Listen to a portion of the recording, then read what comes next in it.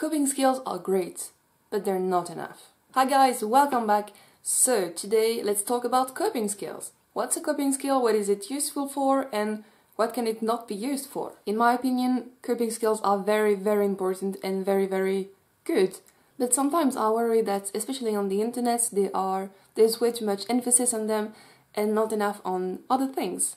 So that's what I wanted to talk about today with you. And of course, a disclaimer, because you know me, I may be addicted to disclaimers. I just want to make myself very clear. I am not a mental health professional. I am a student of social work and I have, I would say, mildly extensive experience with mental health from my own and from my activity online, with my advocacy, awareness type of work that I've been doing for 3 years now on the internet. But I am not a mental health professional, so this is largely an opinion piece from a girl on the internet. If you're a mental health professional and you disagree with me, please leave it in the comments. And if you disagree with me, also please tell me in the comments. I would love to discuss that with you. So first off, what is a coping skill? So the NIH, the National Institute for Health, I think it's what it says, I think it's a US-based thing, they describe a coping skill as the methods a person uses to deal with stressful situations. And in this case, I'm pretty sure when they say stressful, they don't just mean feeling stressed like we used in a colloquial term, like, oh, I'm so stressed, I have an exam or something like that. I'm pretty sure they mean any type of stress, so basically anything that is unpleasant or uncomfortable. So for example, feeling sad would also be a stressful event. Even though you're not feeling stressed, you're feeling sad.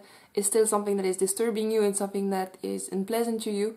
Therefore, it would be a stressful event, if I got that right. So if we translate that into self-harm recovery, because of course, if you've seen the name of my channel, I'm all about self-harm. So if we translate that to self-harm, a self-harm coping skill would be a coping skill that you can use when you have an urge to self-harm. When the stressful event is an urge to self-harm. When you want to self-harm, what do? How do you cope with that? I look like shit in this video, I'm really sorry. And I think teaching people these coping skills is very important. In fact, I have a whole series about it on Instagram if you want to go check it out. But if you're only working on, okay, what can I do when I already have the urge?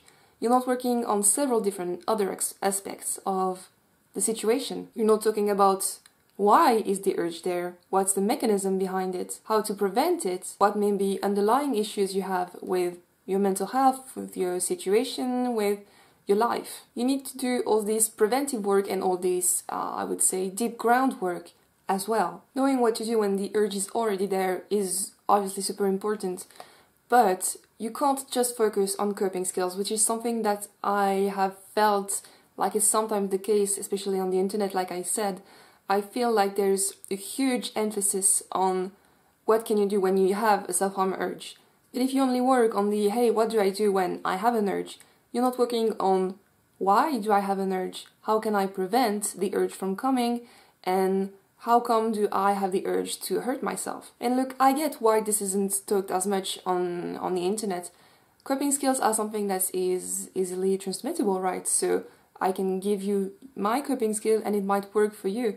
This is an easier tool to pass to someone and to chat about than what I called the kind of underground work. And the underground work on the whys, the how, when, and all of that, you can do it on your own. I know some people do, but it's often something that you need to do with a professional. And it's something that is very personal. Like, I know some coping skills won't work for a person and they will for another person. But usually the underlying causes and the whys and the when and all of that, they're very personal.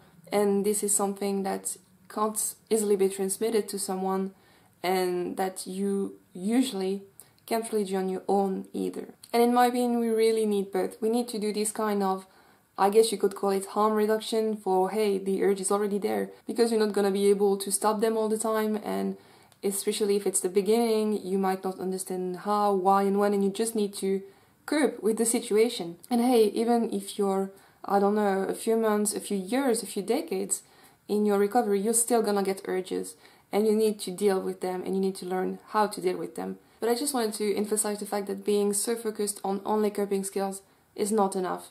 And we also need to work on why do we feel triggered, when do we feel triggered, why do we feel all of these things. So yeah, to me, coping skills are almost half of what you need to have a successful recovery, or possibly having a successful successful, recovery, but the other half is really this therapy work and this digging into yourself work that can be hard to do.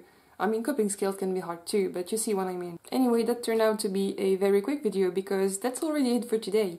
I need a new outro, how am I gonna say it? If you want to see daily content from me or chat with me, you can hit me up on Instagram, link is in the description. As always, I answer to every DM I get and I post there daily about self-harm, self-harm awareness and all of that good stuff.